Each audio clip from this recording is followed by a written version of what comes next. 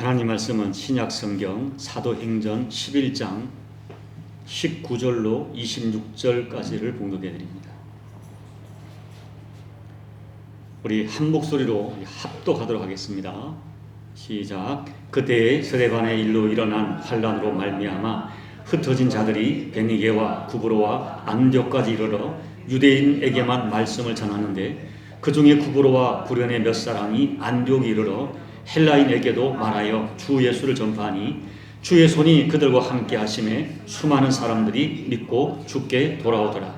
예루살렘 교회가 이 사람들의 소문을 듣고 바나바를 안디옥까지 보내니 그가 이르러 하나님의 은혜를 보고 기뻐하여 모든 사람에게 굳건한 마음으로 주와 함께 머물러 있으라 권하니 바나바는 착한 사람이요 성령과 믿음이 충만한 사람이라.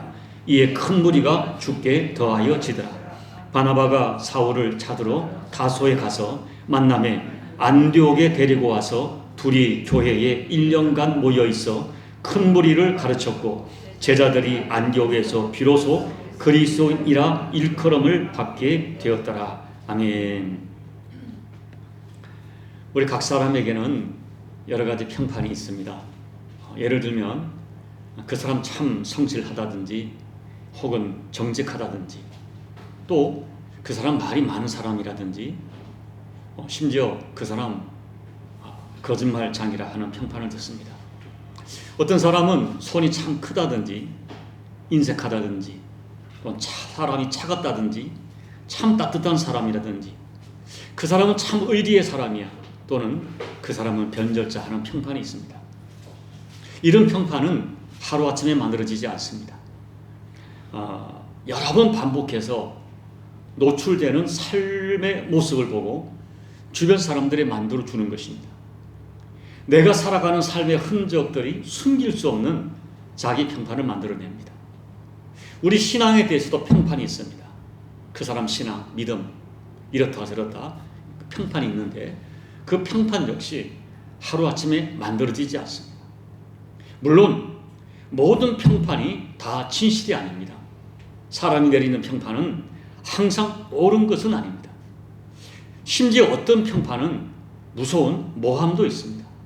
우리 예수님께서는 세상 사람들의 시기와 편견에 의해서 말도 되지 않는 평판을 받으셨습니다. 우리는 사람들에게 평판을 좋게 받으려고 살지는 않습니다.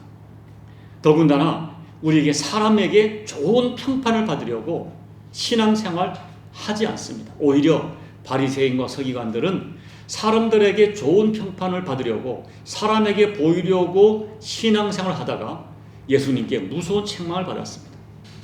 그럼에도 불구하고 우리는 평판을 무시할 수 없습니다. 우리는 자신이 사람들에게 어떤 평판을 받고 있는지 정직하게 들을 수 있어야 합니다. 그리고 왜 내가 그런 평판을 받고 있는지 하나님 앞에서 진지하게 돌아보는 기회를 꼭 가져야 합니다. 오늘 본문 말씀에는 너무나 좋은 평판을 받는 한 공동체가 있었어요. 이 사람들은 예루살렘에서 살다가 피난온, 도망쳐온 사람들입니다. 안디옥으로 도망온 그들은 안디옥에 정착해서 하나의 공동체를 이루고 있었습니다.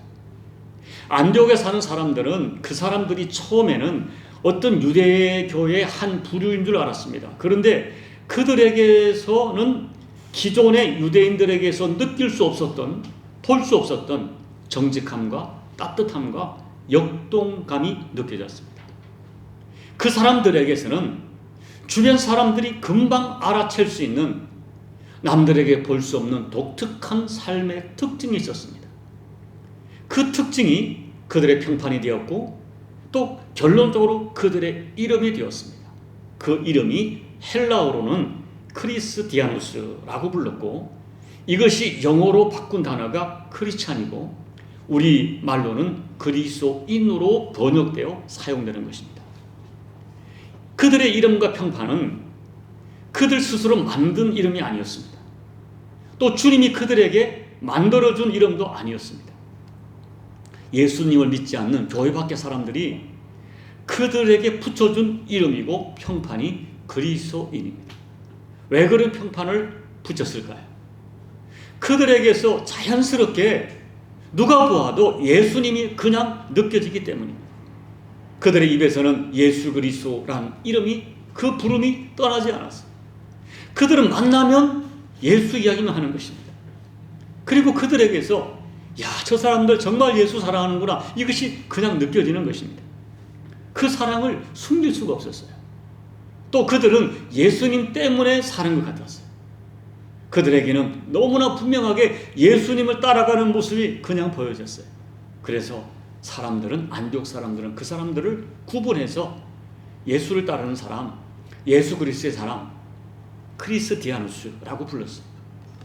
그것이 오늘 우리에게까지 이어지는 영광스러운 이름이 된 것입니다. 저는 여러분에게 그런 평판이 있기를 기대합니다. 누군가가 여러분을 대화를 하다가 사귀다가 혹시 예수 믿는 사람이세요? 라는 이야기를 듣기를 기대합니다. 또 여러분들이 누군가에게, 특별히 같이 예수를 믿는 사람에게 집사님은, 권사님은 진짜 같아, 진짜 예수 믿는 것 같아, 이런 평판을 있기를 소망합니다. 그런 기대감을 가지고 오늘 말씀을 전합니다. 최초에 그리스도인이라고 하는 평판을 받았던 그들은 도대체 어떤 삶을 살았기에 이런 평판을 받았는가 하는 것을 오늘 말씀을 통하여 묵상하면서 나누기를 원합니다. 저는 저와 여러분이 그렇게 살았으면 좋겠습니다. 저와 여러분들이 적어도 예수님께 인정받고, 우리가 이 땅을, 생애를 떠나고 주님께로 갔을 때 야, 착하고 충성된 종아, 너 참 잘 살았다 하는 그런 영접을 받을 뿐 아니라 이 땅에 살 때 주변 사람들에게도 아름다운 평판이 있는 그런 그리스도인이 되었으면 좋겠습니다. 그렇다면 안디옥 교회 성도들이 어떤 삶을 살았기에 그리스도인이라고 하는 그런 이름을 받게 되었을까요? 첫째, 그들은 어떤 경우에도 포기할 수 없는 자기 정체성이 너무나 분명했습니다. 안디옥 교회는 바울이나 사도 같은 교회 리더들이 만든 교회가 아니었어요. 이 성경은 안디옥 교회를 누가 개척했는지, 누가 설립했는지 정확한 정보를 주고 있지 않습니다. 다만 오늘 말씀이 언급하고 있는 것은 유일한 한 가지는 그 안디옥 교회 개척자들은 다름 아닌 예루살렘 교회에서 흩어진 성도들이 세웠다는 것입니다. 이 사람들은 사도행전 7장의 스데반 집사님의 순교와 이어지는 8장의 예루살렘 교회의 대박해를 견딜 수 없어서 더 이상 예루살렘에 살 수가 없었습니다. 그래서 그들은 예루살렘을 떠나 온 유대와 사마리아와 모든 땅으로 도망가듯 흩어져야 했습니다. 그들이 여기 안디옥까지 피난한 것입니다. 당시 안디옥은 그 당시 고대 근동 로마와 알렉산드리아 다음으로 큰 도시였어요. 그런데 박해의 중심지인 예루살렘을 떠나왔지만 안디옥에서의 삶도 여전히 불안했습니다. 위협과 살기가 등등한 유대인들이 곳곳을 찾아다니고 있었기 때문입니다. 그러나 그와 같은 이 곤란한 열악한 상황 가운데서도 그들은 계속 예수님을 전했습니다. 왜냐하면 예수님의 십자가와 부활을 직접 목격했기 때문입니다. 예수님의 살아계신 하나님이신 것을 부인할 수가 없기 때문입니다. 예수님의 십자가와 부활만이 길이요 진리요 생명임을 굳게 믿고 예수님의 생명을 체험했기 때문입니다. 여러분, 한 개인이 정말 예수 믿고 거듭났으면, 예수님의 생명을 체험했으면 어떤 상황에서도 예수님을 떠나지 못합니다. 그래서 안디옥까지 도망왔어도 그들이 예수님을 전하기를 주저하지 않습니다. 처음에는 유대인에게 복음을 전했어요. 그런데 곧 이어서 안디옥에 살고 있던 헬라인들에게 복음을 전하기 시작합니다. 이처럼 이름 없는 성도들에 의해서 우상과 탐욕과 음란의 도시였던 안디옥이, 어둠의 땅 안디옥이 깊은 영혼의 잠에서 깨어나기 시작했습니다. 그런데 이 전해지는 역사책에 보면 이 안디옥 사람들이 안디옥 교회 성도들을 그리스도인이라고 부르게 된 어떤 구체적인 동기가 있었어요. 그때 로마로, 안디옥으로, 여러 가지 온 유대로, 사마리아로 흩어진 성도들 생활이 안정되지 않았습니다. 대부분 생활이 넉넉하지 않았어요. 도망간 땅에서 죽어도 불안했고, 그리고 직업도 쉽게 가질 수가 없었습니다. 그래서 어쩔 수 없이 대부분 많은 사람들이 남의 집의 하인이나 또 식모살이를 해야 했어요. 예수님을 잘 믿었지만 하인이 되어야 했고, 예수님을 잘 믿었지만 식모살이 해야 했습니다. 그런데 예수 믿는 사람을 하인으로 고용했던 주인들이 이상한 것을 발견한 것입니다. 이 예수 믿는 하인들은 지금까지 다른 종들과는 너무나 달랐어요. 그들은 분명히 종인데 종처럼 살지 않았습니다. 가난한데 비굴하지 않습니다. 다른 종들은 주인의 눈치를 살피기에 급급한데, 예수 믿는 사람들은 누가 보든지 안 보든지 자기 일을 성실히 감당하는 것입니다. 어느 날 그 주인이 이 예수 믿는 하인들을 불러서 물어보았어요. 다른 사람들은 적당히 눈치 보면 일하는데 자네는 왜 그렇게 열심히 일하는가? 라고 물었어요. 그때 예수 믿는 하인이 이렇게 대답합니다. 우리 주님이 그렇게 말씀하셨기 때문입니다. 주인이 깜짝 놀라 물었어요. 너의 주인이 누구냐? 저의 주인은 예수 그리스도이십니다. 이 세상 주인들이, 안디옥의 어떤 가정의 주인들이 작지 않은 감동을 받았어요. 이런 일이 한두 가정이 아닌 것입니다.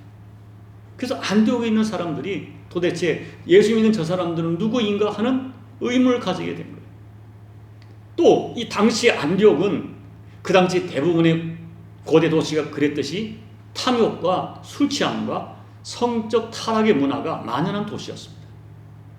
그런데 이 안디옥 교회 성도들의 삶은 자기들과 너무나 다른 삶을 살고 있는 것입니다. 그들의 삶은 예수님을 닮아 있었어요. 심지어 기존의 유대교회 유대교인들과도 구별됐어요. 그래서 안디옥 사람들은 이 사람들을 구별해서 그리스도를 따르는 사람, 그리스도인이라고 부른 것입니다. 비록 하인이었지만 그들에게서 나타나는 이 어떤 고상한 인격 때문에 종이고 하인인데 함부로 대하지 않았습니다. 그리고 로마 역사와 기독교 역사, 초대교회 역사가 증언하는 것이 무엇입니까? 시간이 지나면서 그 주인이 하인이 믿는 예수를 믿게 되었어요. 이것이 로마 역사와 기독교 역사에 나타난 실제하는 이야기입니다. 여러분, 우리는 오늘 말씀 속에 나타난 안디옥 교회 성도들, 남의 나라 땅을 떠돌면서 떠돌이처럼 어렵게 살았지만 자기들의 정체성을 분명히 하고 살았습니다. 우리는 세상을 떠날 수 없습니다. 세상 속에 살아가지만은 세상 속에 누가 보더라도 우리와 다른 예수 그리스도인이라고 하는 분명한 정체성을 지키고 있는 이 안디옥 교회 성도들의 모습이 예수를 믿는 것이 무엇인가를 우리에게 증언하고 있다는 것을 우리 잊어서는 안 됩니다. 우리 대한민국 교회사를 보면 1907년에 그 유명한 평양에 장대현 부흥운동이 일어나죠. 그리고 1909년부터 1919년까지 한국교회가 폭발적으로 수직 상승합니다. 부흥됐어요. 엄청난 성령의 역사로 교회가 놀랄 정도로. 그래서 세계 기독교 역사에 보면 1907년 평양 장대현 교회 부흥으로부터 1919년까지 부흥을 오순절 이후에 가장 강력한 성령의 역사라고 기록합니다. 그런데 1919년에 와서 갑자기 한국교회 부흥이 팍 급속하게 내려갑니다. 그 한동안, 잠깐이지만. 그러면 도대체 1919년에 무슨 일이 있었습니까? 1919년은 3.1 독립운동이 있었어요. 그런데 이 3.1 독립운동에 그 당시 교회의 리더들이 대거 참여했습니다. 그 결과로 한국 교회에 엄청난 핍박이 찾아왔어요. 그랬더니 성장하던 그래프가 급속히 내려갑니다. 그런데 그 당시 그 시기를 배경으로 논문을 썼던 어느 그 신학자가 이런 결론을 내렸어요. 한국교회가 한국교회가 극심한 핍박을 받을 때에 예수님이 진리요 생명이시고 예수님을 그리스도와 주님으로 진정으로 영접한 사람만이 남았다. 여러분, 당시에 기독교를 적당히 믿던 사람들은 다 교회를 떠났습니다. 특별히 당시에 사람들이 외부 선교사에게 새 문물을 배울 것이 있다고 교회를 찾았고, 기독교에 새로운 무엇인가 얻을 것이 있다고 생각하고 교회를 찾았던 사람이 참 많았습니다. 그 사람들이 다 떠났어요. 대표적인 사람이 최남선 씨고 이광수 씨 같은 분이 교회를 다 떠났어요. 오직 진심으로 예수님을 그리스도와 주님으로 영접한 그 사람들만이 교회를 지켰어요. 그분들이 엄청난 핍박 속에서 자기의 정체성을 지켜냈습니다. 결국 그들이 한국 교회를 지켰어요. 오늘 우리가 이 안디옥 교회 성도들 생각할 때 이것을 잊지 말아야 됩니다. 이 사람들은 자기들이 원한 것은 아니었어요. 그들이 흩어지는 것은 어쩔 수 없는 피동적인 선택이었습니다.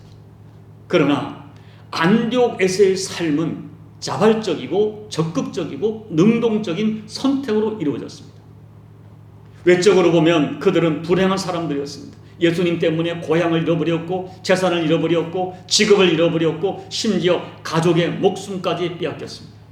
그리고 타의적으로 어쩔 수 없이 쫓겨났습니다. 그런데 그들은 하나님을 원망하지 않습니다. 예수님이 하나님이신데 우리가 이렇게 예수를 잘 믿었는데 어떻게 이런 고난을 주느냐고 의문을 품지 않았습니다. 오히려 쫓겨난 그 땅에서 그때부터 자발적으로 복음을 전하기 시작합니다. 타의적으로 만들어진 현실 속에서 이제는 자의적으로 사명적 인생을 나타냅니다. 바로 이것이 믿는 자의 진정한 정체성인 것입니다. 여러분, 오늘 우리들에게도 때로는 내 힘으로 어떻게 할 수 없는 타의적으로 만들어진 환경이 있습니다. 내가 원한 것이 아니었습니다. 어쩔 수 없이 받아들여야 할 환경이 있어요. 그런데 이 성경이 증언하고 기독교 역사가 증언하는 진실이 무엇입니까? 누구든지 정말 예수를 만난 사람이라면 타의적으로 어쩔 수 없이 만들어진 상황 속에서도 내 안에 계신 예수를 숨길 수가 없다는 것입니다. 어쩔 수 없이 타의적으로 만들어진 상황 속에서도 내 안에 계신 예수가 드러나는 삶을 살아간다는 것입니다. 정확하게 말하면 참으로 예수 믿는 사람은 어떤 현실에 있든지 내 심령 안에 있는 예수님을 드러낼 수밖에 없어요. 이것이 안디옥 교회가 우리에게 들려주는 중요한 교훈이에요. 진정으로 예수님을 구세주로 영접했고 예수님을 내 인생의 주님으로 영접한 사람은 어떤 상황이 있든지 자기 정체성을 지켜냅니다. 참된 그리스도인은 오염된 세상에서 자기 정체성을 잃어버리지 않습니다. 동화되지 않습니다. 안디옥이라고 하는 탐욕의 도시에서 모든 사람이 육체를 쫓아 살고 있지만 그들은 구별된 삶을 살았습니다. 모여서 예배드리고 금식하고 기도하며 살았습니다.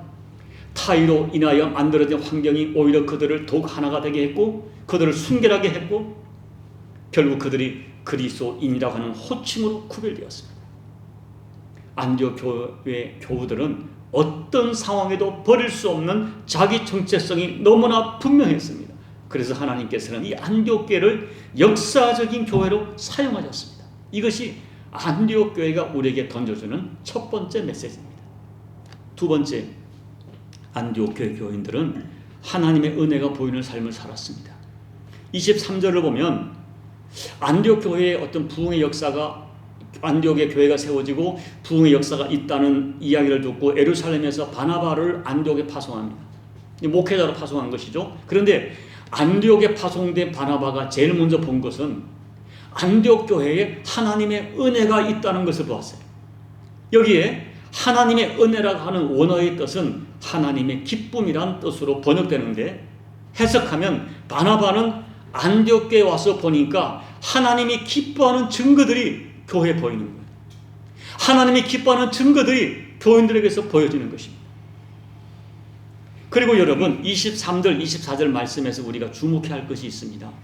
24절에서 바나바를 일컬어 착한 사람이요 성령과 믿음이 충만한 사람이라고 증거합니다. 이 말씀을 23절 말씀과 연결해 보면 착한 사람, 성령 충만한 사람, 믿음 충만한 사람의 중요한 특징이 있는데 다름 아닌 하나님의 은혜를 볼 수 있는 사람이란 뜻입니다. 여러분, 신앙이 좋다는 것이 뭡니까? 무엇이 성령 충만한 것입니까? 방언하는 사람입니까? 교회에서 여러 가지 사역을 열심히 하는 사람입니까? 물론 그것도 중요합니다. 그러나 오늘 말씀으로 보면 누가 성령 충만하고 누가 믿음이 충만하고 누가 착한 사람인가? 하나님의 은혜를 볼 수 있는 영안이 열린 사람이에요. 믿음이 충만하고 성령 충만하면 사람에게서 어떤 공동체에서 하나님의 은혜를 볼 수 있는 눈이 열립니다. 바나바는 안디옥에 오자마자 그곳에 임재해 있는 하나님의 은혜를 보았습니다. 야, 하나님께서 이방인을 이렇게 구원하시는구나. 이 탐욕의 도시에 복음이 들어가고 교회가 세워지는구나. 이 안디옥 교인들 정말 대단하구나. 이렇게 열악한 상황에서 성숙한 믿음을 지키고 있구나. 바나바는 안디옥 교회에 나타난 하나님의 은혜를 보는 눈이 열려 있었습니다. 그런데 이 바나바는 사도행전 9장에서도 그랬습니다. 그때 모든 사람이 회심한 바울을 믿어주지 않았어요. 바울을 만나주지 않았어요. 그런데 바나바는 바울에게 나타난 하나님의 은혜를 보았습니다. 그래서 바나바는 바울을 믿어주고 영접했습니다. 그리고 오늘 본문에는 이 안디옥 교회까지 바울을 불러서 자기와 동역자로 만들었습니다. 사람을 봐도, 어떤 공동체를 봐도, 교회를 봐도, 또 국가를 봐도 항상 비판하는 사람이 있어요. 안 돼, 틀렸어. 저 사람은 저래서 안 돼. 교회는 저래서 안 돼. 교회가 다 썩었어. 대한민국 썩었어. 여러분, 그 사람의 판단이 어느 정도 사실일 수 있습니다. 그런데 그 사람은 결코 착한 사람, 믿음과 성령이 충만한 사람 아닙니다. 사람도 교회도 단점이 있고 약점이 다 있습니다. 그런데 그렇게 허물 많은 사람이지만 그럼에도 불구하고 그 사람에게 나타난 하나님의 은혜를 볼 수 있는 눈이 열린 사람이 믿음이 충만한 사람이요, 성령이 충만한 사람이요, 착한 사람입니다. 저는 여러분들이 여러분 주변 사람과 어떤 교회와 어떤 공동체에서 하나님의 은혜를 볼 수 있는 눈이 열린 정말 믿음과 성령이 충만한 사람 되기를 기대하고 축복합니다. 그런 눈이 열려야 돼요. 그렇다면 안디옥 교회에 나타난 하나님의 은혜는 도대체 어떤 모습으로 나타났을까요? 어떤 학자는 1차적으로 고난 속에서 예수를 전하는 그들의 뜨거운 믿음과 열정이라고 표현했습니다. 과연 20절에 보면 그들이 안디옥에 오자마자 예수를 전하니까 21절에서 주의 손이 함께해서 수많은 사람이 주께 돌아왔다고 했습니다. 이 주의 손이라고 하는 것은 하나님의 능력을 표현하는 구약적 표현이에요. 하나님의 능력이 안디옥 교회에 나타났습니다. 그래서 그 이방인의 땅에서 하나님께서 여기 역사하시는구나, 은혜를 베푸는구나 하는 증거가 그 교회에 느낄 수 있고 알 수 있는 증거로 드러났습니다. 두 번째 또 하나는 안디옥 교회에 있었던 하나님의 은혜는 안디옥 교인들이 서로가 수용하고 인정하고 사랑하는 모습이라고 했습니다. 이 사도행전 13장에 가면 안디옥 교회 모습이 또 한번 드러나는데요. 안디옥 교회는 정말 대단한 교회였어요. 그 당시에 결코 하나가 될 수 없는 유대인과 헬라인이 하나가 됩니다.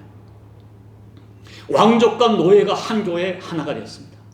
그리고 심지어 그 보면은 노예가 리더가 되고, 그리고 흑인이, 당시에 그런 게 참 많았거든요. 인종차별이. 그런데 흑인이 교회의 중요한 리더가 되는 그런 교회가 안디옥 교회였어요. 그러니까 그들은 정말 예수님 안에서 인종이, 민족이 극복되고 다 극복되고 하나가 되었습니다. 서로 받아주고 인정하고 세워주는, 이것이 예수님의 마음이고 이것이 복음이었어요. 쉽게 말하면 안디옥 교인들은 예수를 믿으면서 그들이 믿는 바, 그들이 주님이라고 부르는 예수님의 마음, 예수님의 말씀을 점점 닮아가고 있었어요. 예수님처럼 용서하고 예수님처럼 받아주고. 여러분, 예수님을 보세요. 그 당시에 모든 사람이 받아주지 않던 남편을 5번 바꾼 여인, 수가성 여인 일부러 가서 만나주셨어요. 현장에서 가늠한 여인 용서하셨어요. 모두가 정죄하는 삭개오 받아주셨어요. 사람들이 도저히 만지지 않는 문둥명 환자 만지시고 안아주셨어요. 그 예수님의 마음, 예수님의 가르침이 그들에게 실제가 된 것입니다. 말씀이 그들에게 실제가 된 거예요. 그리고 마침내 예수님께서 십자가에서 자기를 주신 것처럼 어떻게 하든지 자기를 내어주는, 이 나누어주고 섬기는 마음이 안디옥 교회의 마음이 되었어요. 그 결과가 오늘 본문 27절과 30절로 나타났습니다. 오늘 읽지 않았지만 27절 30절 보면 그때 그 당시 그 전체 천하에 큰 흉년이 들었다고 했어요. 특별히 에루살렘과 유다 지역에 큰 흉년이 들어서 에루살렘에 살고 있던 성도들이 큰 고통을 겪고 있었습니다. 그러자 그들을 위해서 안디옥 교회가 구제를 했어요. 여러분 생각해 보세요. 그때 안디옥 교회는 세워진 지 얼마 되지 않았습니다. 작은 개척교회입니다. 저들도 재정적으로 넉넉하지 않았어요. 쫓겨난 사람들이 모인 공동체가 무슨 재정이 넉넉하겠습니까? 그들은 지원을 받아야 될 교회이지 다른 교회를 도울 입장이 못 됩니다. 그런데 안디옥 교회는 에루살렘과 유다 교회를 위하여 각각 그 힘대로 부조를 했다고 했어요. 우리가 성경 전체를 이렇게 분석해 보면 그 당시 자기들도 힘들었습니다. 자기들도 가난했습니다. 그런데도 힘에 넘치도록 부조를 했어요. 안디옥 교회가 나도 어려운데 더 어려운 형제들을 위하여 부조를 보낸 사실이 던져주는 메시지가 무엇입니까?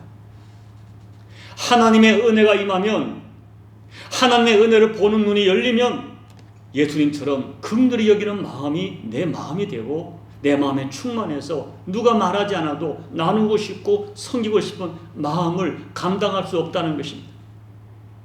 거룩한 오지랖, 거룩한 긍정적 의미에서 오지랖이 넓어져요. 주고 싶고 나누고 싶고.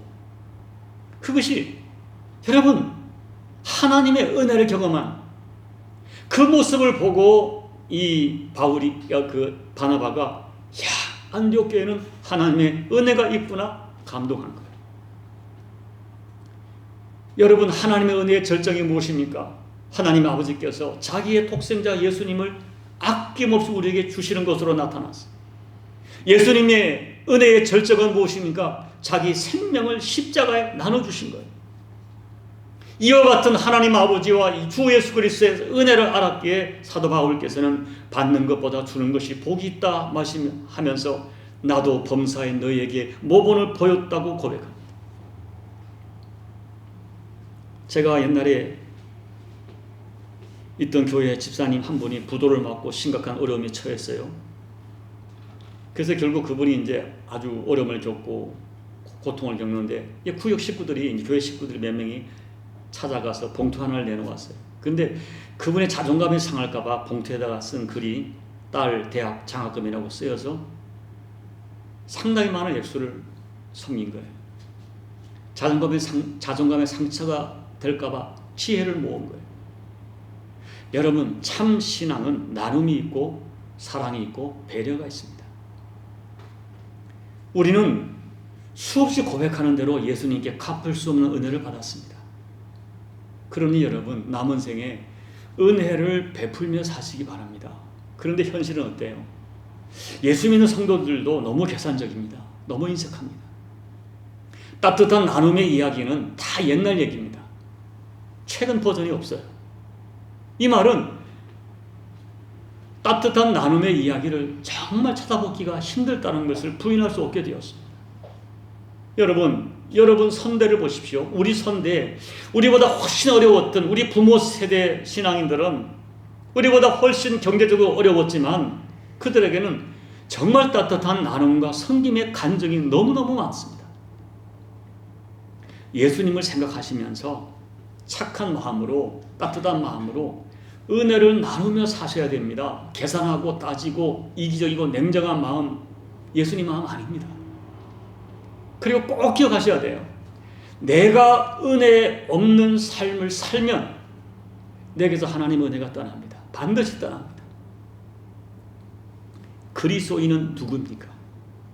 하나님의 은혜 받은 증거가 보이는 삶을 살아내는 사람입니다. 그것을 주변 사람들이 볼 수 있어야 됩니다. 그래서 주변 사람들이 야, 저 사람은 예수 믿는 사람이구나, 그리스도인이구나, 어쩐 게 달라, 저 사람에게는 하나님의 은혜가 보여 인정해 줄 수 있는 삶을 살아야 됩니다. 여러분, 본문을 묵상할 때마다 언젠가 제가 여러분께 한번 나눠 드렸는데요. 한 번 더 말씀을 드리는 것은 이 안디옥 교회가 참 독특한 그런 교회이기 때문에 좀 말씀을 나누고 싶어요. 오늘 말씀 속에 안디옥은 지금 터키에 있습니다. 근데 이 안디옥, 터키에 있는 안디옥 지방에 남산 크기만한 산이 하나 있는데, 그 산의 이름이 오랜 세월 동안, 수천 년 동안 하비브 나자르라고 불려졌어요. 그 뜻은 뭐냐면 목수를 사랑하는 사람들의 산이란 뜻이에요. 그런데 사람들은, 그 터키에 있는 사람들도 왜 이 산이 하비브 나자르인지 아무도 잘 몰랐다고 그럽니다. 그런데 터키에 대지진이 일어났을 때 그 산이 무너져 내렸는데, 그때 그 산 속에 감추어졌던 동굴들이 나타난 거예요. 산 전체가 사람들이 등을 굽히고 들어갈 수 있는 수많은 동굴들로 연결되어 있었습니다. 2000년 전, 아마 오늘 본문 이후의 사건이겠죠. 안디옥 교회에 어떤 큰 핍박이 일어나서 안디옥 교회도 전부 교인들이 결국 이 산속으로 숨어 들어간 것입니다. 핍박을 피하여 동굴을 파고 토굴 속에 살았던 것입니다. 그래서 그 산의 이름이 하비브 나자르가 된 거예요. 목수를 사랑하는 사람들의 산. 예수라고 말할 수 없으니까 목수란 표현을 쓴 것 같아요. 이 사람들은 예수님을 너무나 사랑했습니다. 예수님을 버릴 수가 없었습니다. 그래서 토굴에 살면서도 자기들의 신앙과 정체성을 지켰습니다. 그 2000년 동안 나라가 바뀌고 문화가 바뀌고 이 이슬람이 정복하고 언어가 바뀌고 종교도 바뀌었지만 산의 이름은, 그 산의 이름은 바뀌지 않았어요. 그 산의 이름을 통하여 그 옛날 안디옥 교회 교인들이 얼마나 주님을 사랑했고 얼마나 그들의 신앙을 지켜왔는지를 증언하는 것입니다. 이것이 안디옥 교회였어요. 이제 말씀을 정리합니다. 여러분, 저와 여러분은 그리스도인입니다. 우리가 세상 사람들에게 그리스도인이라고 불려지는 것은 움직일 수 없는 현실이에요. 현실. 중요한 것은 그 이름에 합당한 삶을 지켜내는 것입니다. 안디옥 교회 성도들을 기억하십시오. 그들은 가난하고 어렵고 쫓기며 살았지만 자기들의 정체성 포기하지 않았습니다. 온 세상이 육체 문화 또 어떤 쾌락의 문화가 극성을 부렸지만 동화되지 않았습니다. 자기를 지키며 살았습니다. 그래서 믿지 않는 사람들이 이름을 붙여주었어요. 주변 사람이 인정하고 하나님이 기억하는 그런 사람들이 되었어요. 크리스티아노스, 그리스도인. 이것이 우리들의 정체성입니다. 이 이름에 합당한 증거가 저와 여러분의 삶에 나타나야 됩니다. 때로는 어떤 환경이 내가 원하지 않는 환경이라 할지라도 그 환경 속에서도 내 안에 계신 예수는 숨길 수가 없습니다. 그것이 드러나야 됩니다. 그리고 여러분의 삶 속에서 하나님의 은혜가 보이는 눈이 열릴 뿐 아니라 여러분에게서 하나님의 은혜가 나타나는 삶을 살아내야 됩니다. 소망하기는, 권면드리기는 저와 여러분의 남은 인생에 그리스도의 사람, 그 이름에 부끄럽지 않는 증거가 나타나는 삶을 꼭 살아내시기를 예수님 이름으로 축복합니다. 아멘. 우리 오늘 말씀을 생각하면서 함께 기도드리겠습니다. 이 안디옥 교인들의 삶을 생각하면서 참 쫓겨간 땅에서도 정체성을 지키고 하나님의 은혜가 보이는 내 안에 계신 예수가 드러나는 삶을 살았던 그들 생각하시면서 이 시간 성령님 주시는 감동을 따라 함께 기도하며 나가시겠습니다. 하나님 아버지, 고맙고 감사합니다. 오늘 이 안디옥 교인들의 삶이 우리에게 도전을 줍니다. 아버지, 그들이 정말 예루살렘에서 대붕을 경험하다가 박해를 통하여 쫓겨났지만 정말 열악한 상황 속에서 아버지 정착되지 않은 상황 동안 살았지만 가장 먼저 예수를 증언하고 그들이 하나가 되어지고 유대인과 헬라인이 하나 되어지고 종과 노예가 하나 되어지고 왕족과 노예가 하나 되어지고 아버지 피부색 인종 다 극복하고 하나가 되어지고 그리고 나도 어려운데 나누는 삶을 살아갑니다. 그들의 삶이 우리에게 오늘 던지는 교훈을 받게 도와주십시오. 우리가 과연 어떠한 삶을 살아야 될지를 다시 한번 교훈받는 저희가 될 수 있도록 도와주십시오. 하나님 아버지, 내 이름이 부끄럽지 않는 내 안에 계신 예수가 드러나는 삶을 살아낼 수 있도록 우리가 말씀을 얼마나 많이 알고 있습니까? 어떻게 살아야 되는지 모르는 것이 아닌데 왜 이렇게 어려운지 모르겠습니다. 하나님 우리에게 믿음을 주십시오. 내 속에 말씀하시는 주님의 음성을 감당할 힘을 더해 주십시오. 하나님 아버지, 오늘 크리스티아누스, 야, 저 사람들은 우리와 달라. 저 사람들은 예수가 보여. 저 사람들은 정말 예수에 사는 것 같아. 안디옥 교인들이 받았던 그 이름이 너무나 도전이 되고 또 그들에 비하여 우리의 삶이 부끄러움을 고백합니다.